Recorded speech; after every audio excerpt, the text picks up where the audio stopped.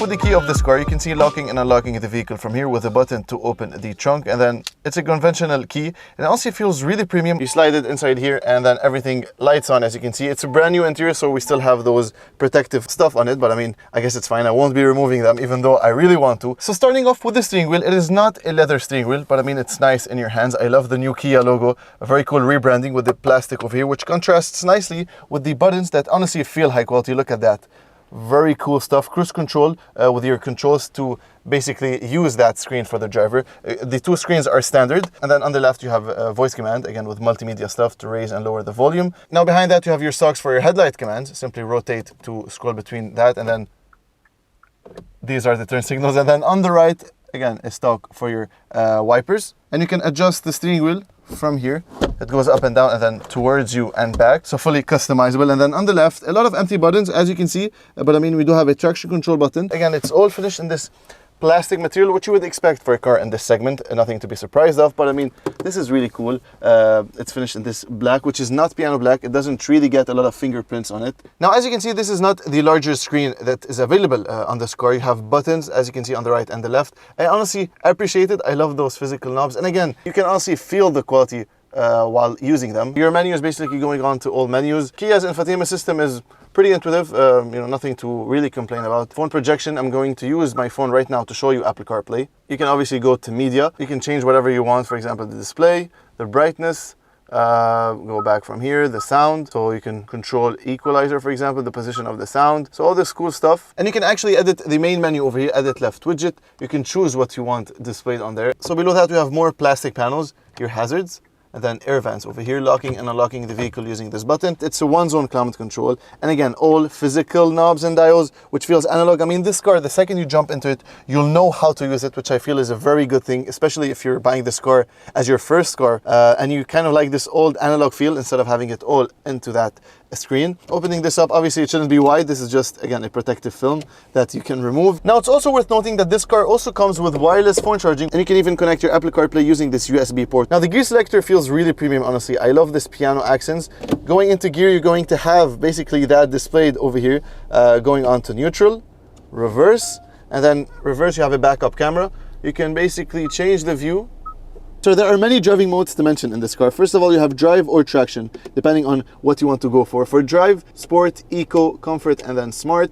Pressing on traction, which is basically for snow, mud, or sand. Now, mind you, this car is front-wheel drive, but I mean, it does offer you the option to get this car a bit off-road if you want to. Now, completing our walk around in the interior, you have this place over here to put your phone, or obviously, if you slide it, you're going to have a place to put two cups in your cup holders. And then lifting this up, you have a USB charging port for USB-C. Again, my phone is the unit of measuring today, so this is the 14 Pro, not the Max. The glove box, again, finished in this plastic material, is pretty wide. It opens up very aggressively. And then above that, you have your reading lights, which are yellow. And then just taking a final look at the interior layout, I have to say it's very well designed. Pretty easy to use. Everything is straightforward. Again, hard touch material everywhere, even scratchy plastics down at the bottom. I mean, as long as everything works fine, I don't really mind those plastics. And I have to say, the design for the speakers, they look like they've been hit. Polygon shape, architecture to them. There's kind of a star inside here. The door bins are fair size, but I have to say this design for the door handle is really, really cool. Guys, listen to the sound it makes whenever you turn off the car. Now, if we take an exterior walk around of the new 2024 Kia Seltos, as I mentioned, this is not a very well equipped model, which is good because this is what you get if you have a small budget.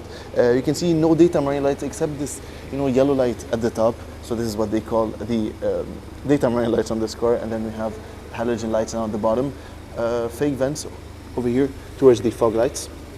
But I mean, it does have a really nice design to it, and it reminds me of the previous generation Kia Sportage, which, funny enough, we have the new model over here, which kind of gives you an impression of what these look like next to each other. The Sportage is obviously the bigger brother of the Seltos, so you have better equipment on this car, more space. But I mean, if you're on a budget, I feel like this is, you get the same reliability and the quality of the Sportage, but I mean in a smaller and more compact body.